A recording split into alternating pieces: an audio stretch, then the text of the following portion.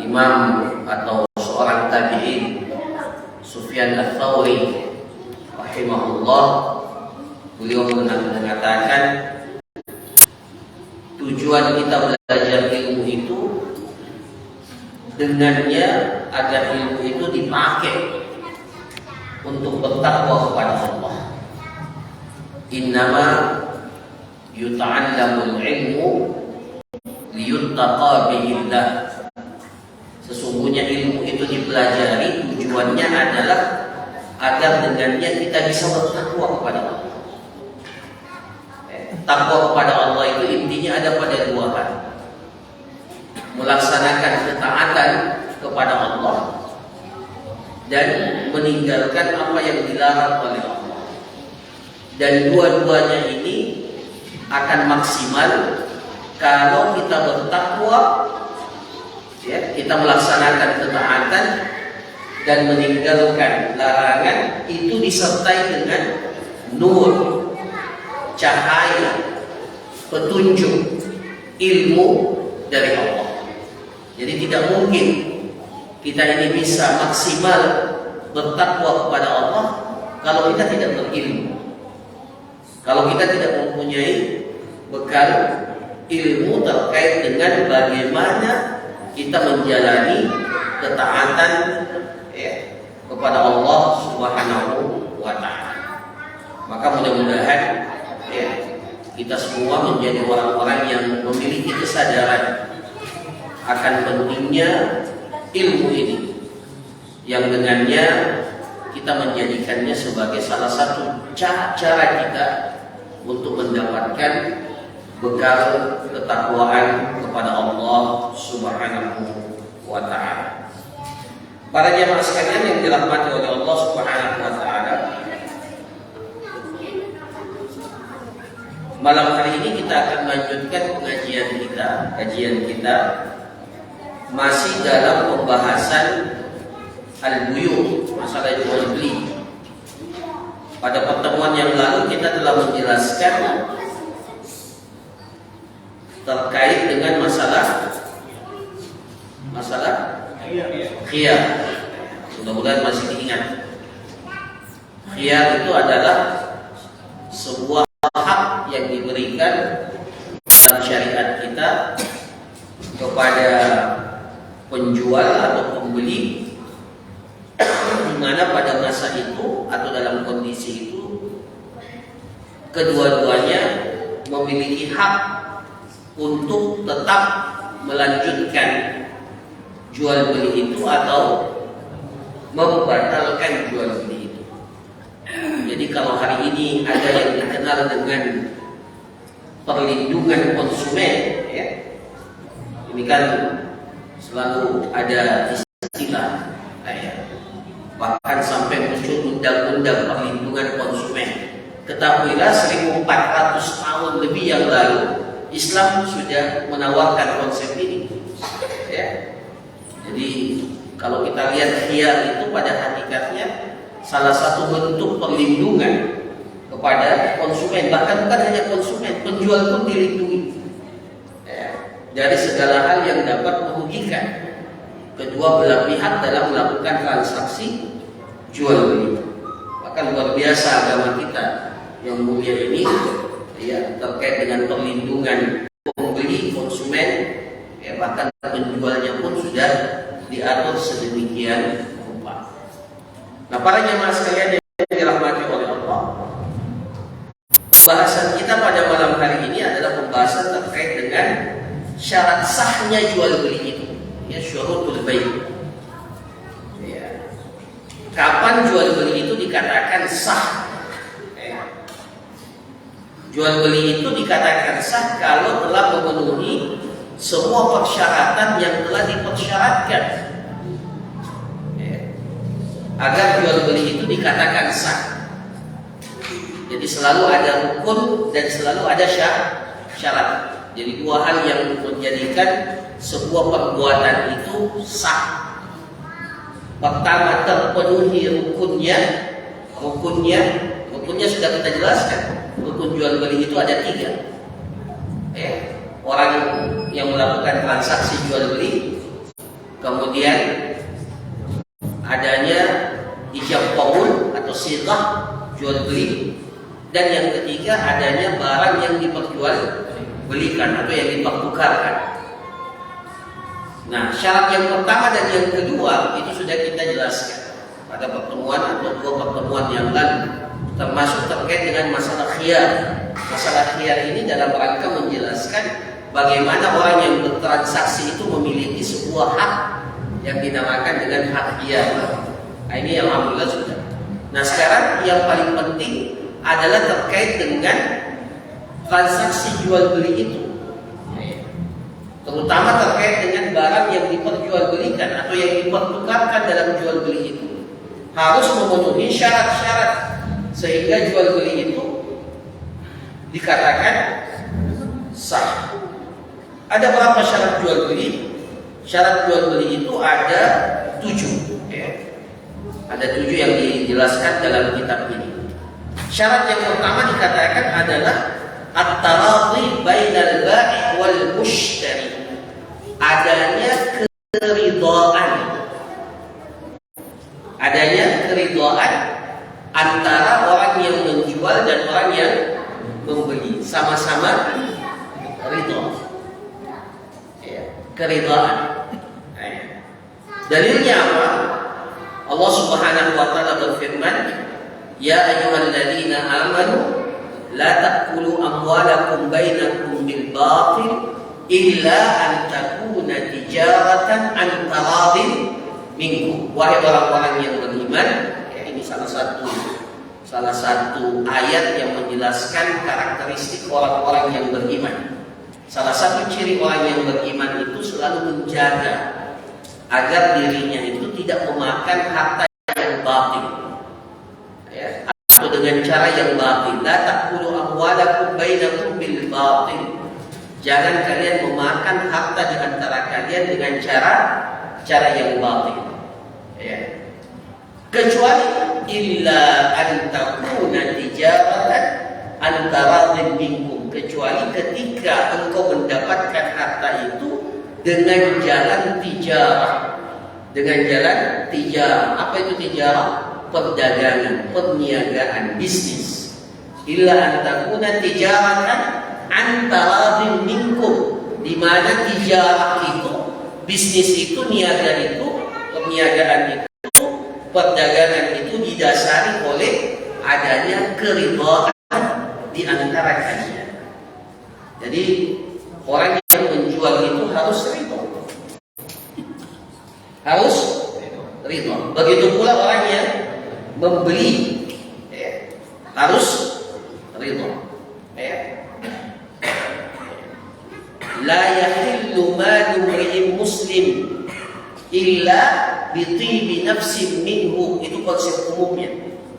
Tidak halal harta seorang mukmin itu diambil kecuali jiwanya itu merasa ridho. Illa bitibi nafsin minhu. Jiwanya itu tidak merasa berat, tidak terpaksa. Maka dilarang dilakukan. Nahan Nabi sallallahu alaihi wasallam an bai'il muttar.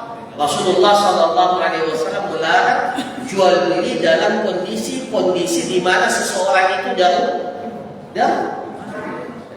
memanfaatkan kedaruratan. Waktu Covid dulu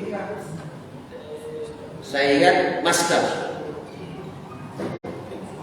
masker dijual luar biasa harganya.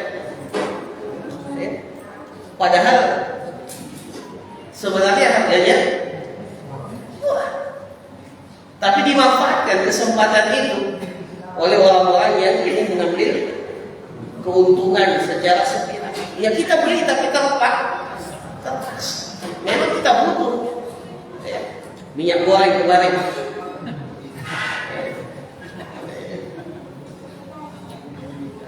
Nah, ini semuanya adalah kondisi-kondisi di mana harusnya tidak dimanfaatkan. Makanya sebuah negara yang kuat, negara yang bagus itu adalah negara yang dapat mengontrol harga yang beredar atau yang ditetapkan di pasaran. Kita ada ya, ada namanya harga eceran tertinggi atau terendah? Tertinggi ya. Tapi apa yang kurang? Pemerintah sudah tetapkan itu, tapi yang kurang adalah pengawasan. Sehingga ketika dinaikkan secara sepihak, tidak ada hukuman yang memberikan efek jerah. Saya pernah tinggal di 2 negara, lumayan ya, lama juga. Di Malaysia pernah tinggal, di Saudi juga lama tinggal. Di Malaysia kalau ada pedagang atau supermarket yang berani menaikkan harga, terutama di musim-musim seperti menjelang apa? Lebaran, itu izinnya langsung dicabut. Jadi tidak ada berani yang main-main. Tidak ada yang berani main-main. Sehingga memang alhamdulillah, ya, transaksi. Jadi itu salah satu ciri negara yang kuat, yang bagus. Ya, memang secara hukum Islam tidak boleh kita intervensi harga itu ya, tidak boleh. Dalam hadis dikatakan galas si'ru fil Madinah, suatu ketika harga di kota Madinah itu menjadi apa? Mahal, galas si'r.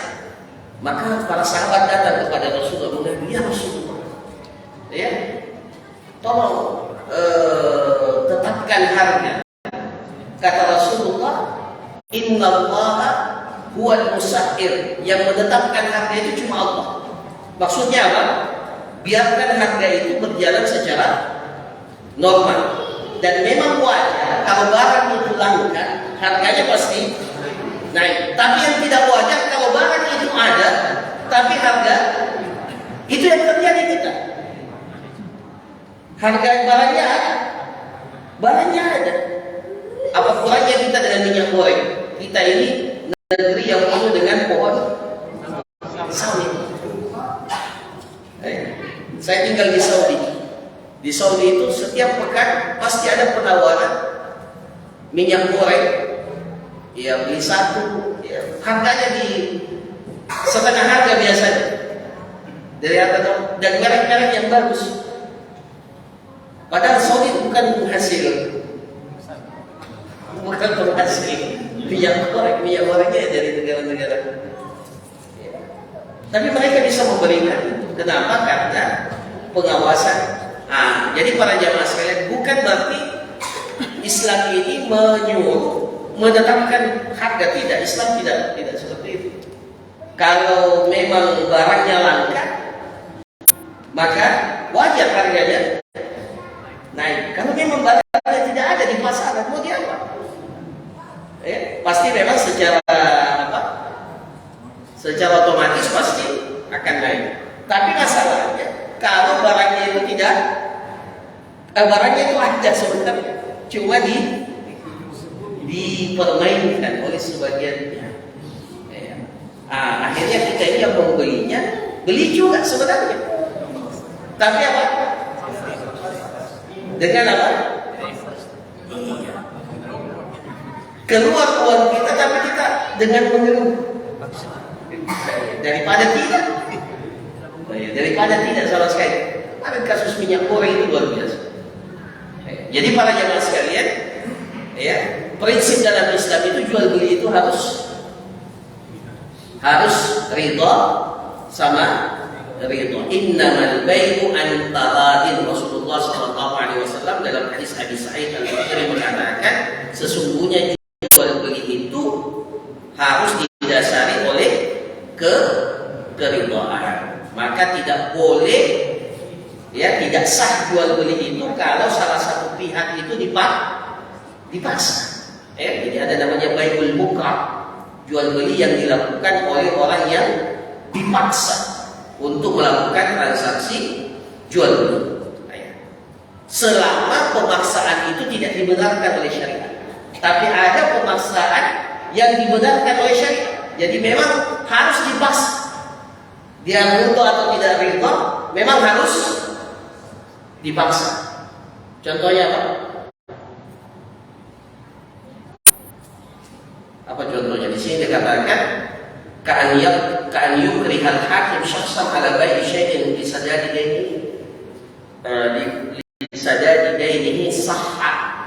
Di sini dikatakan seperti seseorang yang punya utang. Dia punya utang, ditagih-tagih, tidak mau bayar. Sudah ditadangi rumahnya, tidak mau bayar juga.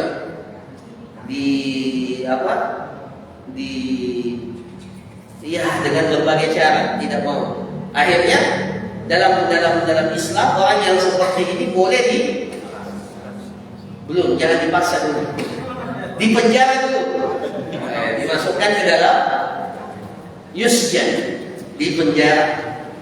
Nah, kemudian diberikan ancaman bayar hutang atau tidak. Kalau ternyata dia tidak mau bayar hutangnya, sudah dipenjara, maka pemerintah atau hakim itu berhak untuk menjual barang tersebut itu dengan memaksa. Karena ada apa? Ada kemaslahatan orang lain yang harus dipenuhi. Jadi sebenarnya pemaksaannya juga bukan pemaksaan yang tidak benar. Pemaksaan yang benar, dia dipaksa untuk menjual barangnya, asetnya, supaya menutupi hutangnya. Di mana kewajiban seseorang itu kalau dia berhutang untuk segera melunasi hutangnya. Nah, itu saja yang dibenarkan.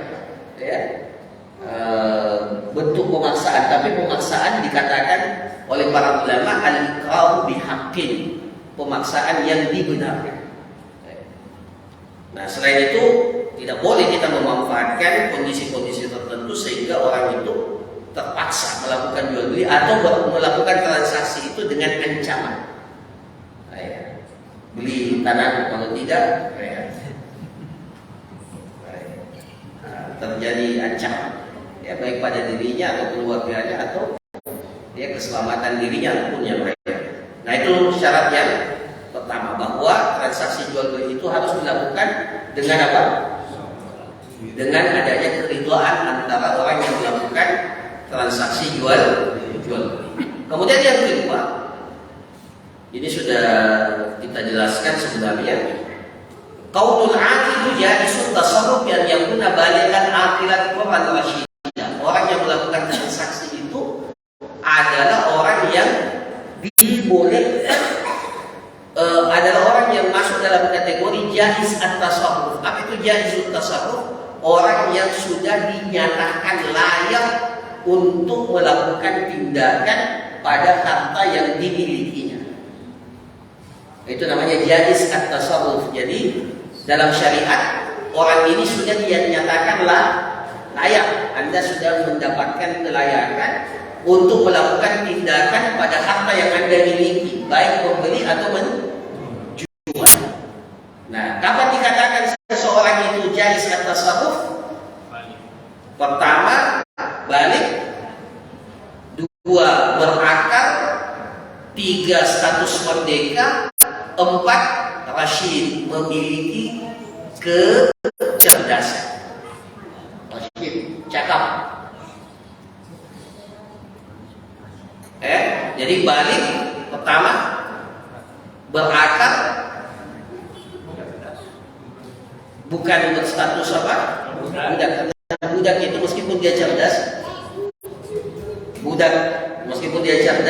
maka apa yang dia dapatkan itu milik siapa? Milik tuannya. Itu dalam perbudakan seperti itu. Meskipun alhamdulillah setelah Islam tidak kita lihat lagi, ada tapi setelah Islam datang dan memberikan pencerahan terkait dengan perbudakan, maka alhamdulillah sudah tidak kita dapatkan lagi. Kemudian yang keempat, dia harus apa? Rasyid, cerdas. Dia tahu bagaimana menggunakan harta ini, menempatkan harta ini pada tempatnya. Pada tempatnya. Nah, itu syarat yang kedua. Maka tidak boleh kita melakukan transaksi jual beli dengan anak kecil yang belum balik. kecuali pada perkara-perkara yang sudah biasa dan perkara-perkara barang-barang yang kecil dan sudah biasa diperjualbelikan.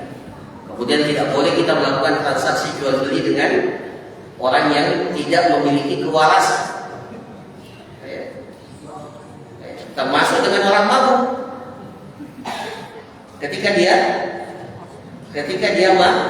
dalam keadaan mabuk, boleh transaksi dengan orang mabuk?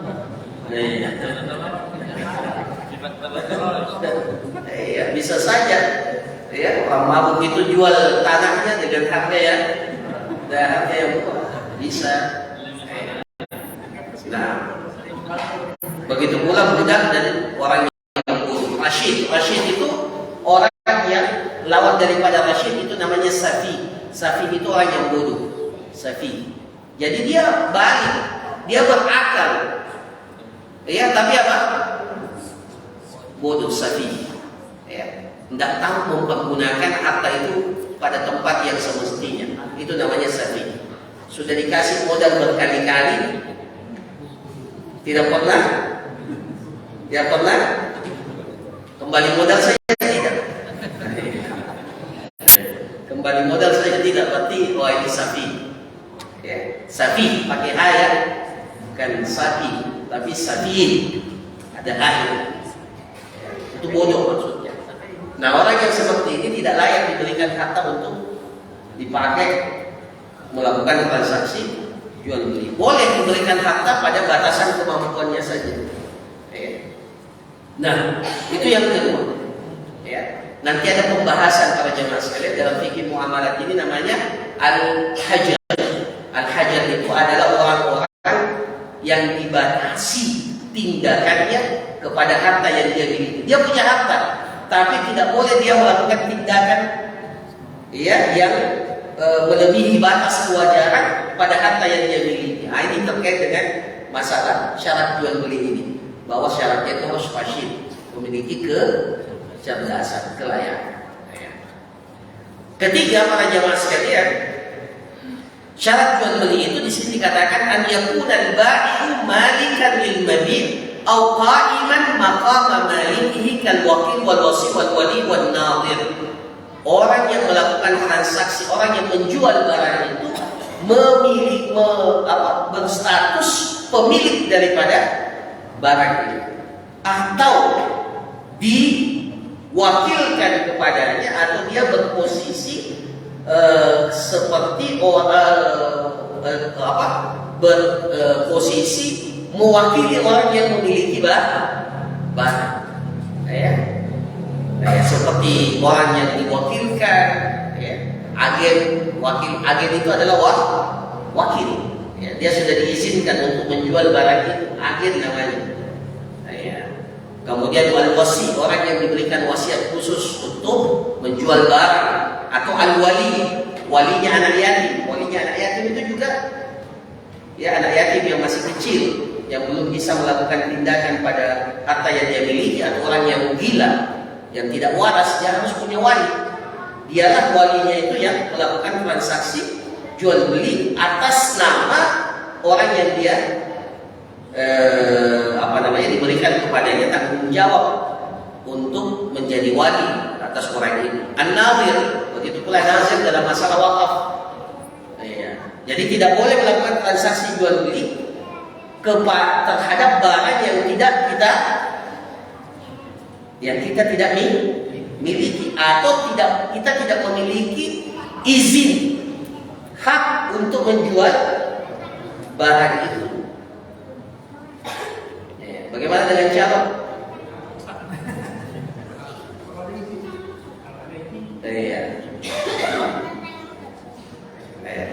Nah, nanti calon itu menjadi sah jual belinya kalau sudah diizinkan, meskipun dia sudah dapat pembeli. Tapi kalau yang punya barang tidak mau, tidak boleh dikatakan akadnya sudah sah. Tidak. Nanti bergantung kepada izin pemilik barang. Izin pemilik barang. Atau dia calonnya yang melakukan transaksi jual beli dengan pemilik barang. Dia bilang, ada pembeli. Ada pembeli, tapi dia yang berakad, sah nggak jual akadnya ini? Tidak, itu cuma komitmen saja, belum menjadi akad. Nanti ketika ketemu pembelinya disepakati, baru kita katakan jual belinya sah. Ya. Kenapa? Karena tidak boleh seseorang itu melakukan transaksi jual beli terhadap sesuatu yang dia tidak miliki. Dengarkan hadis ini baik-baik. Ya. Ada sahabat namanya Hakim ibn Hizam. Siapa Hakim ibn Hizam? Beliau mengatakan, ya Rasulullah, saya ini pedagang di pasar. Jadi Hakim bin Hizam ini statusnya sebagai seorang pedagang. Ada orang yang datang ke tempat saya dan bertanya akan satu bahan. Ya, bahan itu saya tidak miliki, tapi saya transaksi saja ya Rasulullah. Jadi dia tidak miliki barang itu, tapi dia melakukan apa? Transaksi, ijab qabul, deal. Maka dia bertanya, bolehkah saya menjual barang itu? Kata Rasulullah, la tabi' ma laisa indak. Jangan engkau jual sesuatu yang kamu tidak miliki. Karena ini yang akan menimbulkan apa? Persoalan permasalahan. Iya, betul, dia sudah tahu. Oh, mungkin di pasar ada, nanti saya cari barangnya. Tapi dia sudah deal duluan. Setelah itu baru dia cari. Makanya ada sebagian toko itu semua ada. Ada istilahnya palu gada. Ada istilah toko palu gada. Tahu palu gada? Apa lu mau gua ada. Apa lu mau palu gada? Apa lu mau gua ada. Jadi dapat aja katakan apa? Tidak ada terus. Makanya toko aja ya. Padahal sebenarnya dia belum tahu apakah pertama dia tahu ada, tapi dia belum tahu harganya berapa di pasar. Nah ternyata kalau dia dealnya melebihi daripada harga pasaran, siapa yang dirugikan? Pembeli. Setelah itu pembeli keliling-keliling di pasar, ada yang ternyata lebih murah, lebih. Maka tidak boleh. Makanya Rasulullah luar biasa, jangan engkau jual sesuatu yang engkau tidak miliki. Atau ternyata setelah deal, ternyata dia cari di pasar harganya apa? Terlalu mahal, tidak sesuai dengan kesepakatan. Dia yang harus apa? Kan sudah deal.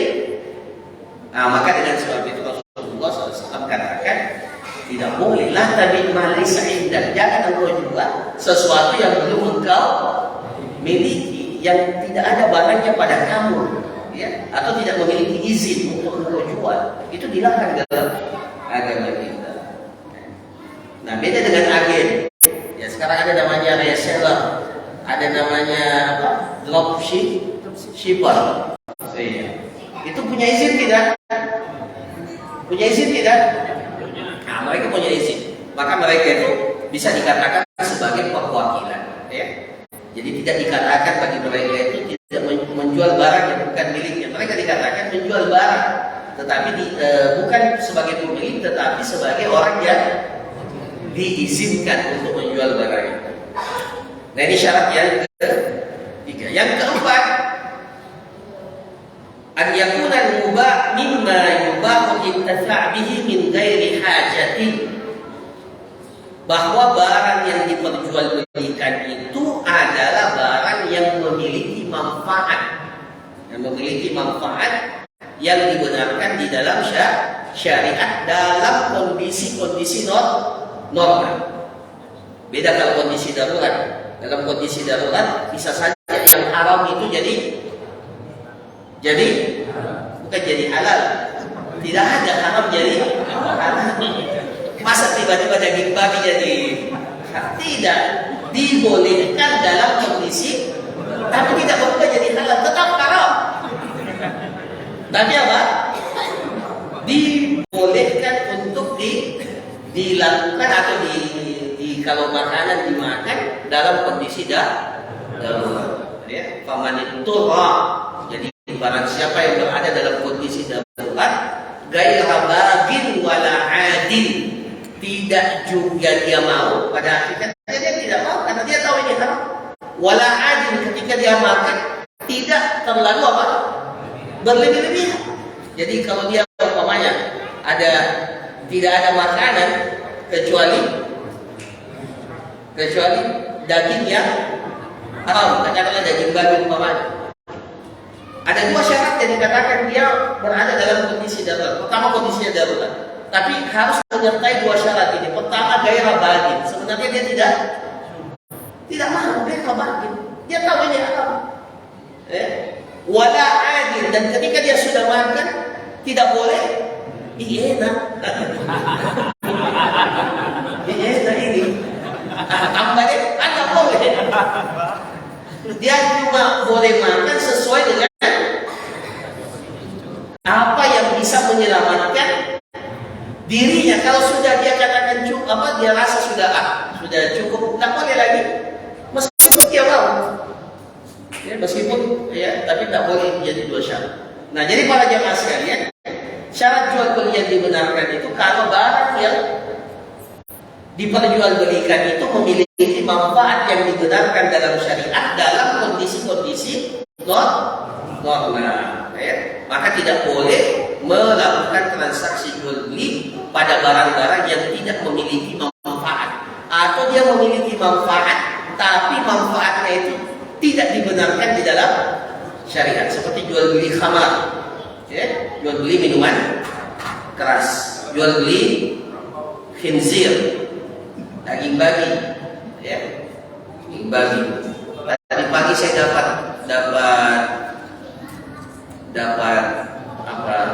dapat kiriman di Bandung Golden Satu.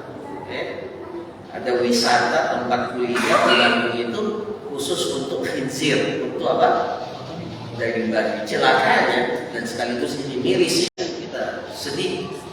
Yang jual itu sebagiannya pakai jilbab. Mungkin tidak dapat pekerjaan kecuali itu.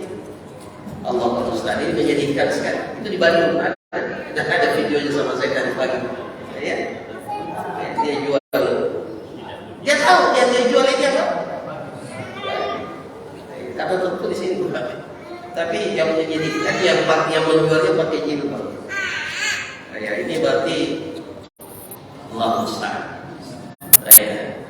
Ini PR buat kita umat Islam. Pertama, bagaimana bisa ada orang Islam dia tidak tahu keharaman babi dia? Bukan keharaman babi itu bukan keharaman yang bisa sekedar makan. Termasuk diantaranya adalah melakukan jual beli.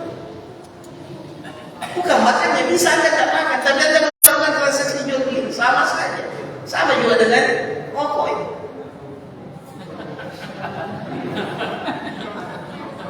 Betul tidak? Bisa dijual rokok. Bisa dijual rokok. Iya, harusnya seperti itu. Meskipun kita tidak rokok, tapi ada orang yang ikut menjual rokok, ya sama saja. Ya, ini mohon yang masih merokok jangan tersinggung ya.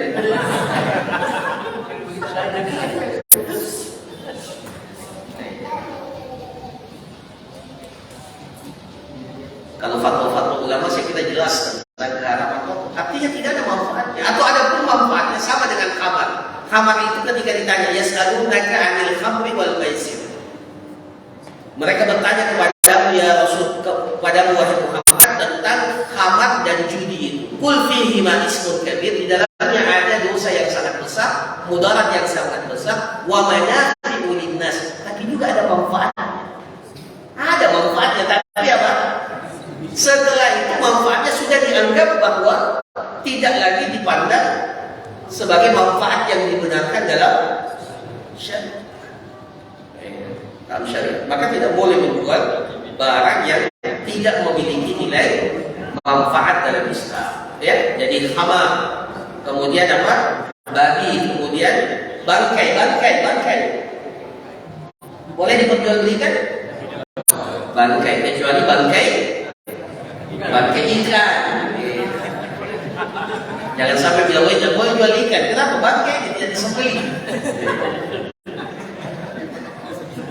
Nah, ya, begitu pula alat lahwi, ya, alat-alat yang memperlengakan, ya, musik, ya, jual apa?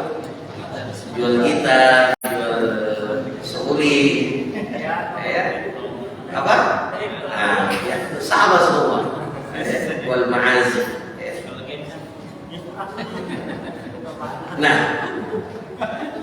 Nah, dalilnya apa? Dalilnya adalah Inna Allah harrama bai'al khamar. Rasulullah hadis Jabir. Inna Allah harrama bai'al khamar. Sesungguhnya Allah itu mengharamkan jual beli khamar, wal maitan, jual beli bangkai, wal khinzir, begitu pula jual beli babi, wal asnam, begitu pula jual beli patung-patung berhala. Nah, itu semuanya dilarang. Dalam hadis, ya, Inna Allah harrama ala qaum, Inna Allah idza harrama ala qaumin akla syai'in harrama thamanahu. Nah, ini yang perlu kita jelaskan. Apabila Allah Subhanahu wa taala mengharamkan kita mengkonsumsi makanan itu, maka kita juga diharamkan untuk mengambil harga dari makanan itu. Innallaha idza harrama ala qaumin akla syai'. Kalau Allah haramkan sesuatu pada satu kaum untuk dimakan, dikonsumsi, harrama thamanahu, sekaligus pasti Allah mengharamkan thaman, harganya. Jadi tidak boleh diperjualbelikan. Ya. Tidak boleh wala yajuzu bai'il kalbi, maka tidak boleh jual beli anjing. Ya. Rasulullah sallallahu alaihi wasallam dalam hadis Abi Mas'ud, naha Rasulullah sallallahu alaihi wasallam an tsamanil kalbi. Rasulullah sallallahu alaihi wasallam melarang harga dari seekor anjing. Ya. Jadi bahkan dalam riwayat yang lain, samanul kalbi khabis, harga dari seekor anjing itu khabis, adalah sesuatu yang jelek. Ya. Nah, itu syarat yang keempat atau kelima? Keempat.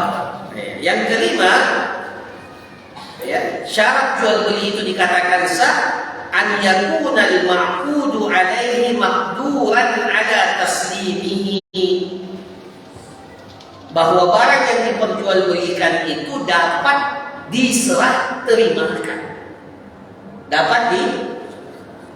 maqduran ala taslimi, dapat diserahkan, dapat diserah terimakan. Kenapa? Karena yang tidak bisa diserah terimakan itu sama dengan tidak ada. Sama dengan tidak ada. Maka tidak boleh melakukan transaksi jual beli terhadap sesuatu yang tidak dapat diserah terimakan atau sulit diserah terimakan. Karena dia masuk dalam kategori bai'ul gharar, jual beli yang tidak pasti. Dalam agama kita itu tidak boleh. Ada namanya bai'ul gharar. Apa itu bai'ul gharar? Tidak tahu apakah barangnya ada atau tidak bisa diserah terimakan. Itu tidak boleh. Kenapa? Karena bisa saja orang membeli sesuatu, dia sudah bayarkan, kemudian dia tidak mendapatkan apa-apa dari sesuatu yang sudah dia bayarkan. Nah, contohnya dalam buku-buku fikih, ya, dalam buku fikih seperti jual beli ikan yang masih ada di, kalau di laut jelas di kolam, dan kolamnya besar, ya, boleh kan jual beli? Tidak jelas mana ikannya, ya.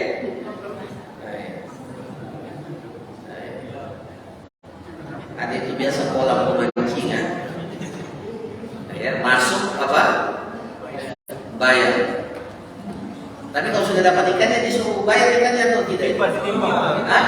Timba. Kalau ditimba berarti ada di masalah. Saya kira kalau dia mancing dapat ikan, dapat atau tidak dapat ikan,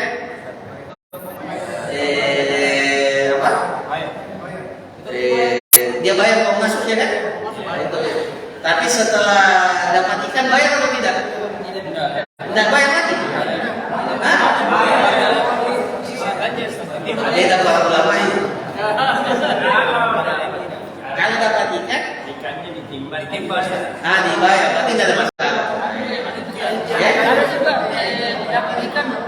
Jadi baik lagi. Dapat ikan tidak? Itu yang tidak boleh. Kenapa? Karena belum tentu ikan yang didapat itu sesuai dengan. Tidak boleh ya, dalam Islam itu tidak boleh. Ya kalau mau masuk sekedar apa? Kan sekarang itu memancing itu diibaratkan seperti hobi kesenangan, dan orang tidak bisa melakukan itu dengan baik kecuali di tempat-tempat khusus. Ya, kecuali mau di tempat sembarang, tapi kan kepanasan, apa macam-macam, dan belum juga jangan sampai di tempat itu tidak aman. Ya, maka disewakan lah. Nah, ongkos sewanya tidak apa-apa, masuk ongkosnya. Tapi masalahnya kalau dikatakan kalau dapat ikan tidak usah dibayar, ya sudah cukup dengan uang masuk. Itu yang harus dilihat ya. Kenapa? Karena yang masuk dalam kategori ini. Kategori ini artinya tidak bisa dijamin bahwa orang itu akan dapat ikan. Kalaupun dapat ikan, belum tentu sesuai. Dia sudah bayar 100.000, dapat ikan yang sangat kecil. Nah, seperti itu ya. Jadi baik sama filma, baik nawa fitama. Ya dulu itu sampai biji kurma itu dijual kan. Dulu, sekarang tidak ada lagi yang jual biji kurma. Nah, ya itu jual biji kurmanya tapi masih ada dalam kurma. Nah, itu kan belum dapat diserah terimakan. Wala tayra fil hawa, jual beli burung tapi yang mana? Ya.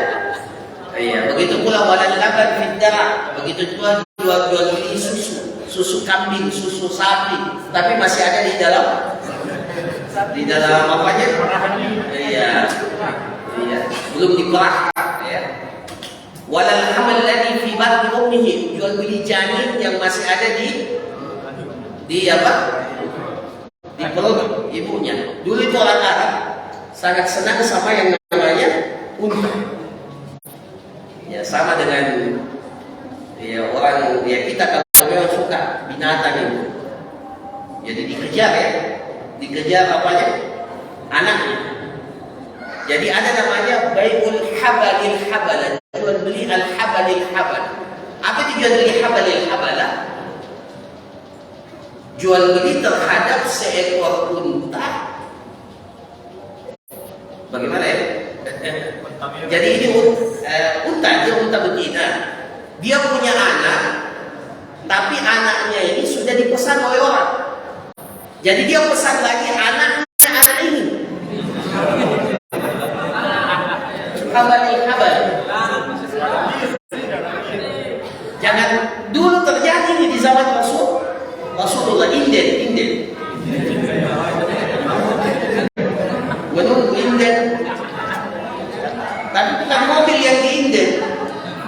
Yang diinden itu adalah unta. Karena mereka sangat senang dengan unta. Jadi unta yang berkualitas itu pasti digemari oleh orang. Jadi caranya bagaimana? Caranya dia pesan. Nanti kalau unta ini melahirkan, dia punya anak dan anaknya melahirkan, saya beli. Jadi lama itu ya. Dia tunggu anaknya besar, kemudian apa? Jadi beli anaknya saja itu tidak boleh sebenarnya. Kita belum tahu apakah dia hidup atau tidak, kan belum tahu juga. Apakah dia jantan atau betina juga belum tahu. Nah ternyata sudah dibeli yang lahir jantan, mau dipesan anaknya. Bagaimana caranya? Nah dia jantan. Ya, jadi dulu sampai seperti itu. Nah ini termasuk di antara jual beli yang dilarang karena tidak bisa diserah terimakan. Ya, tidak bisa diserah terimakan. Ya. Nah begitu pula jual beli hewan, di sini dikatakan hewan yang terlepas dari kandangnya. Saya jual sapi. Berapa harga sapi sekarang? Katakanlah sekarang harga sapi. 13 juta pokoknya. Saya jual 7 juta. Murah aja, Masya Allah. Mana sapinya? Kemarin lepas dari kandang. Kalau kita dapat silakan 7 juta.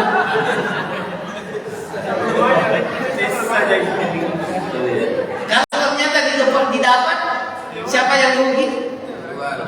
Penjual, pemilik. Dia pasti menyesal, kenapa saya jual dulu. Tapi kalau ternyata sapinya nggak didapat, beli ya.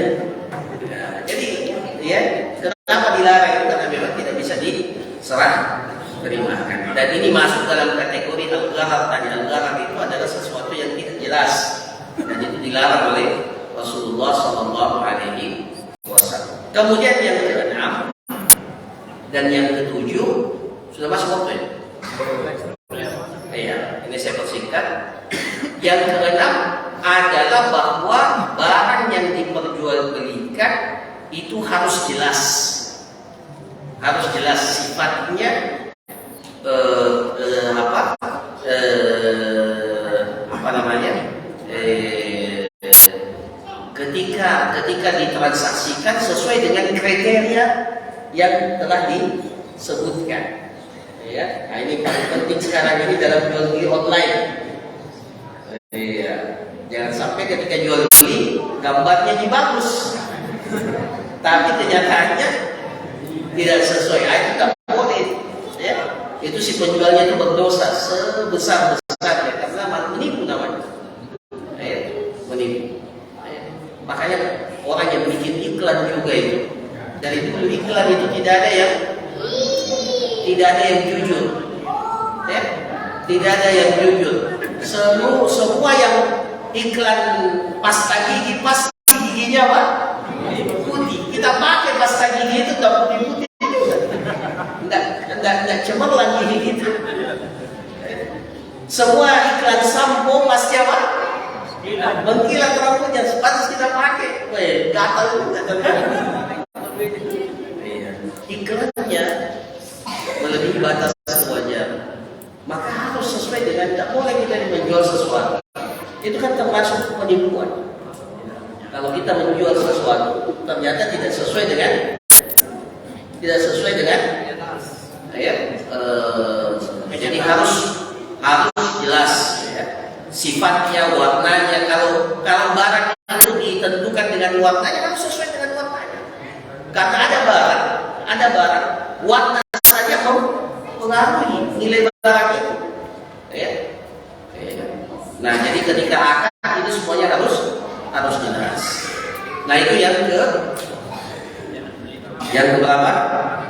Yang keenam. Yang ketujuh ini yang terakhir, hampir sama dengan yang keenam, bahwa pembayaran dari barang itu juga harus jelas.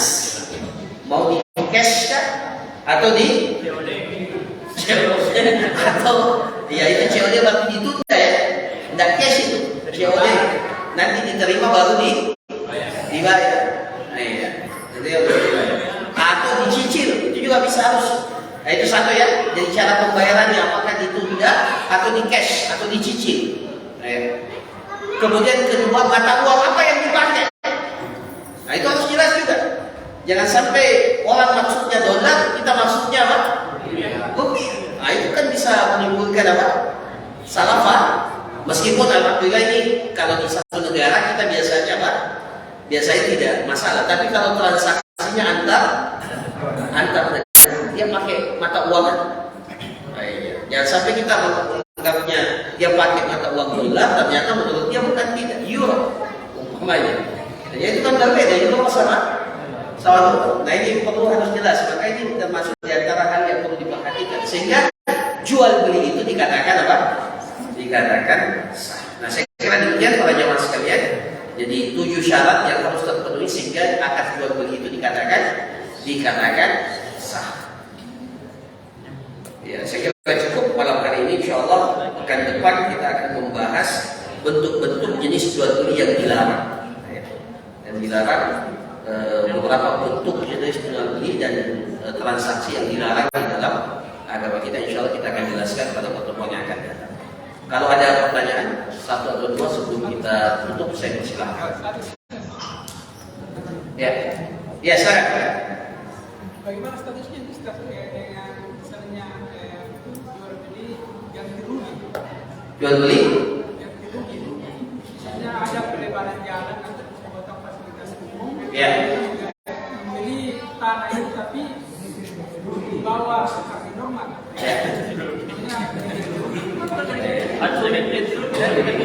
Sesuai dengan itu. Harus gitu. Itu diganti tapi rugi. Saudara tidak begitu istilahnya. Ganti rugi itu maksudnya karena orang mengalami kerugian maka kerugiannya itu diganti, bukan dia dibayar dan rugi. Nah, itu salah persepsi.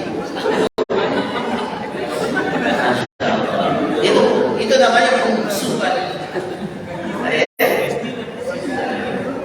Jadi kalau hak dia sebenarnya tidak boleh ya, ganti rugi itu tidak boleh. Orang diganti tapi rugi. Kecuali dengan adanya kerelaan dari pemilik barang untuk mengedepankan kemaslahatan umum, boleh kalau itu, dan dia insya Allah dapat pahala. Ya. Tapi harusnya gantinya itu jangan ganti rugi. Maksudnya bukan ganti rugi, istilahnya benar sebenarnya ganti rugi, kerugian orang diganti. Ya, nah, itu jelas. Tapi kalau sudah diganti dan rugi, itu yang masalah. Jadi sebenarnya tidak boleh. Jadi ya cuma masalahnya dia. Ya itulah pemerintah. Sebenarnya pemerintah biasanya sudah benar harganya. Cuma yang eksekusi di lapangan ini terlalu lebih banyak. Iya, itu masalah. Maka akhirnya orang rugi. Sebenarnya tidak boleh. Itu zalim juga itu sama masyarakat. Ya saya ingat kalau masalah ganti rugi ini, ingat perluasan Masjidil Haram di Mekah dan di Madinah. Itu ganti untung. Dibeli oleh negara berkali lipat. Tapi masya Allah ada juga yang punya tanah yang bilang, ya meskipun untung saya tidak mau jual, saya mau wakafkan untuk masjid. Itu lebih hebat lagi. Kata yang mau perluasan ini bukan apa-apa, yang perluasan ini masjidil akan ada orang sujud dan sujudnya itu sampai hari kiamat di tempat ini. Jadi kalau dia jual, dia bisa untung memang. Tapi kalau dia wakafkan, lebih untung lagi. Bidadari menang. Jadi tidak ada istilahnya. Ya, masih ada? Baik, masya Allah, satu dulu ya. Tadi Ustaz jelaskan tidak boleh transaksi barang yang kita miliki. Iya. Tapi kami sebagai pedagang Ustaz, kami sering mendapati negara yang pesan barang. Iya. Iya. Tapi dia langsung bayar di kastornya. Iya. Apa yang kami harus lakukan Ustaz? Dia sudah pesan barang, Iya. kemudian dia sudah kasih. Kan dia sudah, misalnya kami sebagai penjual ikan misalnya, Penjual ikan. Misalnya udang. Udah, ya. Kami sudah tahu harganya. Iya. Jadi dia saking tidak maunya dapat ikan itu besok, dia langsung kasih uang. Iya. Iya. Apa yang kita harus lakukan Ustaz? Apakah kita ambil uangnya? Itu namanya jual beli salam. Jual beli salam itu sudah dibayarkan dahulu barangnya menyusul. Apakah ini termasuk di antara jual beli yang tadi belum dimiliki? Nah, ini termasuk di antara hal-hal yang dikecualikan dalam dalam syariat agama kita. Jadi ada jual beli terhadap barang-barang yang memang dibutuhkan, di mana barang itu sudah apa istilahnya ya, sudah lazim di tengah-tengah kehidupan kita. Sebagai penjual ikan kita sudah tahu bahwa harga udang itu sekian, ya. Prediksinya sudah, ya, kalaupun bergesernya cuma sedikit transaksi. Tapi yang paling bagus, tidak apa-apa diambil uangnya, tapi kita bilang nanti besok kita lihat ya. Ya, ini cuma sekedar DP-nya saja, kayak DP.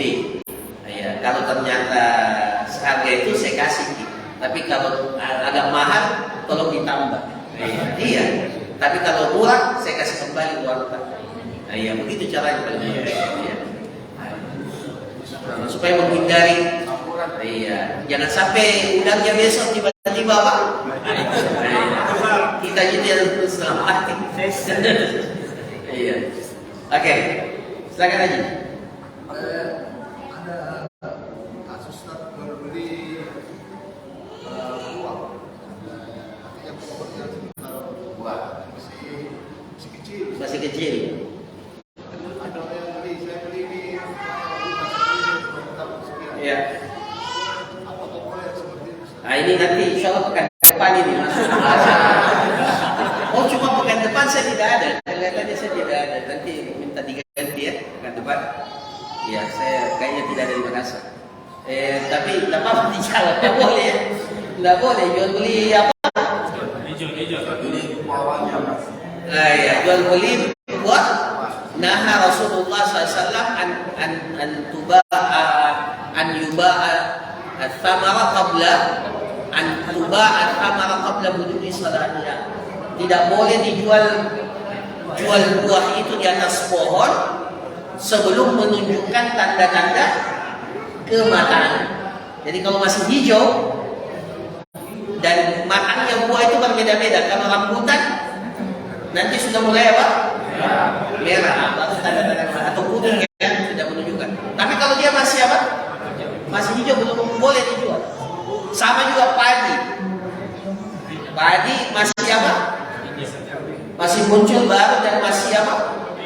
Masih hijau. Nah, itu tak boleh dibilang saya beli ini satu apa?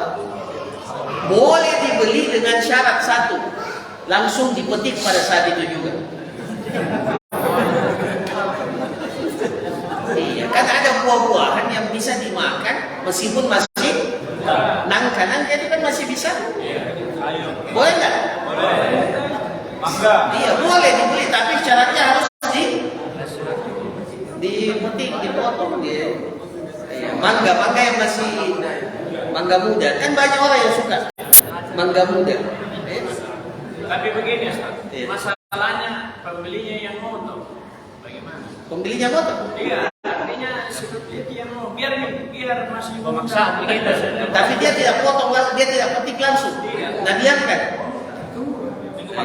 Biar dia mau. Dia mau. Apa Rasulullah bilang? Kalau ternyata buahnya itu tidak berhasil, maka dengan alasan apa engkau menghalalkan harta saudaramu? Dengan alasan apa? Kalau ternyata buahnya apa tidak? Yang saya tahu seperti durian itu belum musimnya orang sudah beli. Bahkan belum ada tanda-tanda berbunganya, orang sudah beli. Saya beli durian dari pohon ini. Itu tidak boleh, itu garap jelas. Jangankan belum ada, sudah ada saja tapi masih belum menunjukkan tanda kematangan, tidak boleh. Apalagi belum sama sekali tidak ada. Nah itu beli durian belum muncul, itu sama dengan jual beli janinnya unta itu. Itu kan sama sebenarnya. Belum tentu ada, tapi sudah dilakukan transaksi jual beli.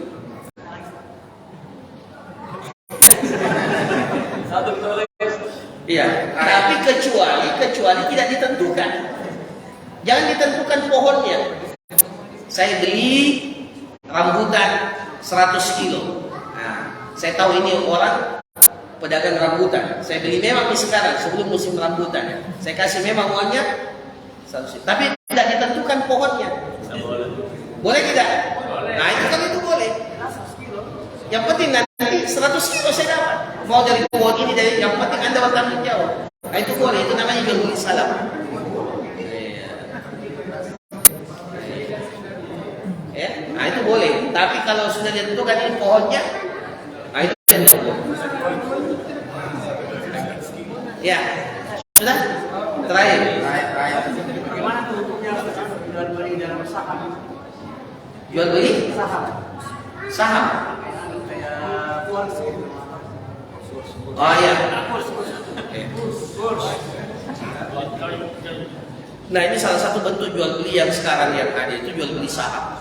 Maka pertama boleh melakukan transaksi jual beli saham. Yang pertama syaratnya para ulama sahamnya itu adalah milik perusahaan yang bergerak dalam bidang yang dibolehkan di dalam syariat. Kalau di bursa efek ada namanya daftar saham halal. Kalau MUI Komisi Fatwa itu mengeluarkan list daftar jual saham-saham yang boleh kita beli.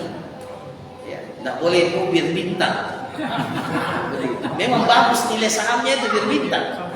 Tapi apa? Atau apa tadi? Iya, tapi Mungkin caranya Ustaz, Iya. seperti yang emas di pasar dunia. Jadi orang biasa pasang di titik tertentu, ya diperkirakan ini emas akan naik. Ketika dia naik di posisi yang di titik ini, maka dia dapat uang, dapat untung. iya. Atau dia beli di posisi bawah, ketika dia turun itu emas, kena pun titiknya ini, dia dapat untung. Tapi itu masih prediksi ya? Itu prediksi. Bisa meleset nggak? Bisa meleset. Trading namanya, bisa meleset. Bukan jual beli saham namanya dia. Oh lah, yang saya maksud saham. Kalau itu kayak judi berarti. Kayak judi. Ya. Jual beli mana yang masuk kategori judi? Begini saja judi. Judi itu kalau kita mengeluarkan uang, dua kemungkinan. Untung atau buntu. Kalau kemungkinannya dua, berarti itu judi, bukan jual beli itu. Itu judi. Karena kita sudah keluar uang, ya sama tadi ya. Sama tadi kita sudah bayar sesuatu, ya. Kemudian bisa untung atau buntu, bisa untung atau ya, karena dalam Islam tidak boleh seperti itu. Ada yang dikeluarkan, ada yang harusnya kita dapat. Nah, kalau bisa meleset seperti itu, bisa jadi memang itu masuk dalam kategori apa? Kategori judi. Wallahu a'lam. Ya. Saya kira cukup. Barakallahu fikum. Subhanakallahumma rabbana wa bihamdika asyhadu an la ilaha illa anta astaghfiruka wa atubu ilaik. Sallallahu ala nabiyyina Muhammad wa ala alihi wasallam. Assalamualaikum warahmatullahi wabarakatuh.